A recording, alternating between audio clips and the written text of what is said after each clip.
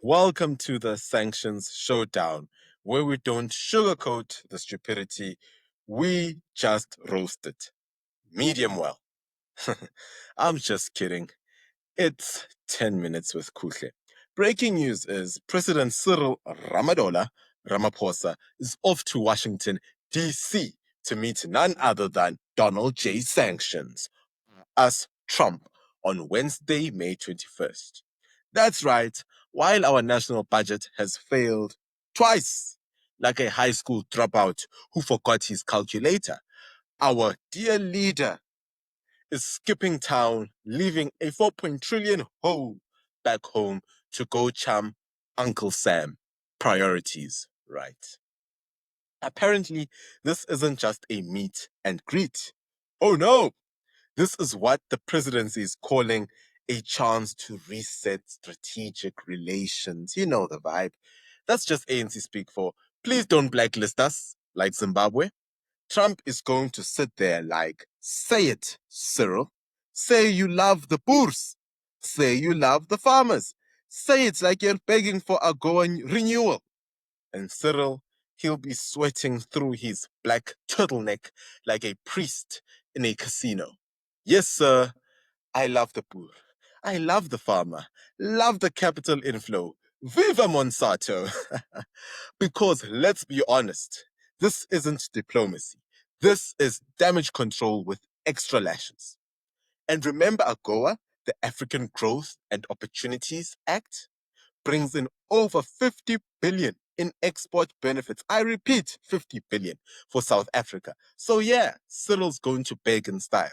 Private jet, presidential suite, national pride sold separately. Just another story of how ANC has just shamed the country. And while he's out there shaking Trump's hand, South Africa's 2025 Budget 3.0 has collapsed harder than the rand during load shedding. Twice rejected, Parliament said no thanks. We'd rather risk a government shutdown than approve another bloated ANC wish list.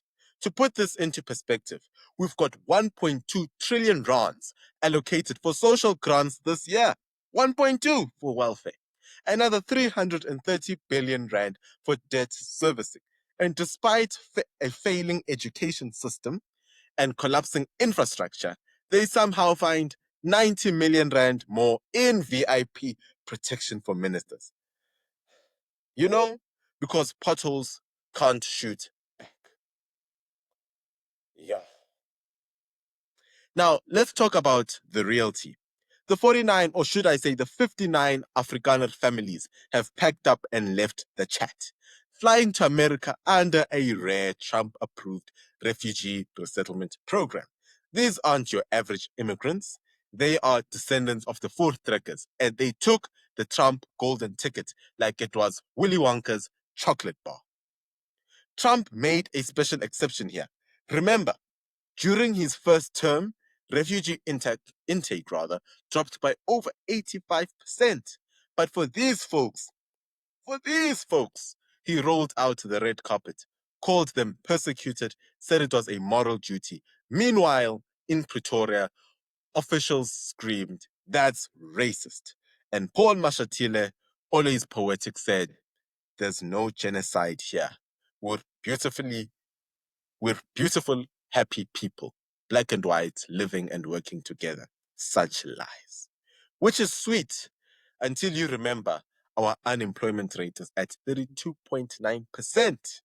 Youth unemployment is over 60%, and over 5 million people have given up looking for work entirely. And then cue the red berets throwing toys out the cot. The EFF, bless their angry little hearts, slammed the visit. They said, and I quote, I can't make this up, "This is an act of submission to a hostile foreign agenda." They called it imperialism.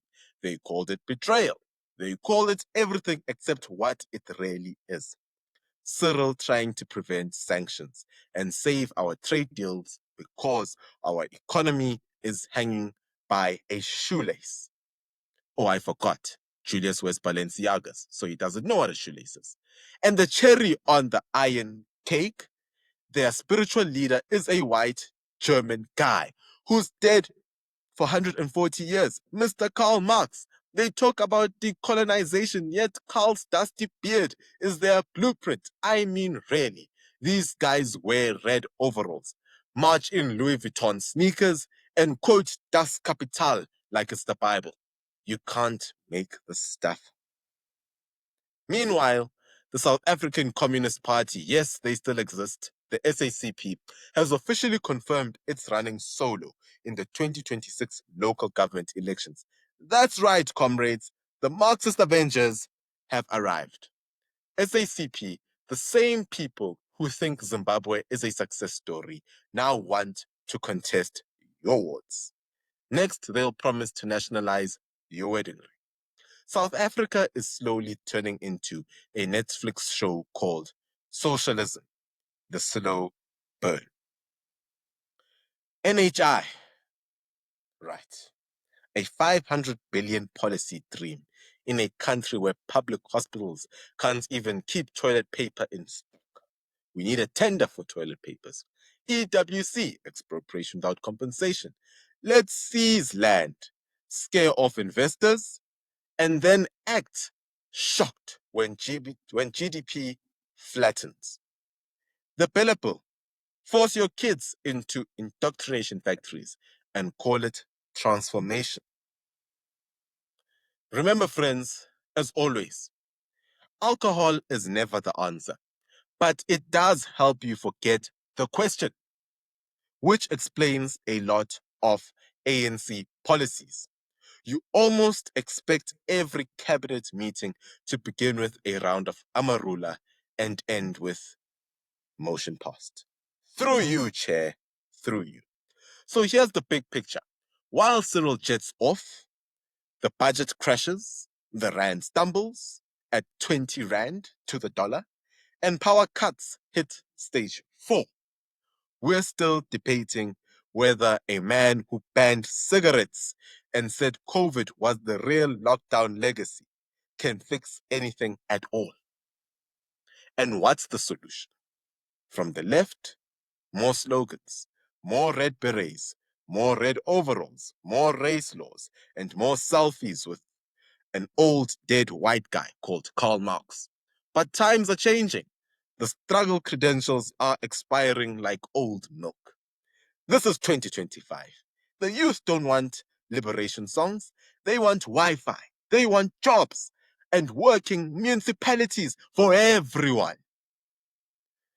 So grab your popcorn. Trump's got sanctions.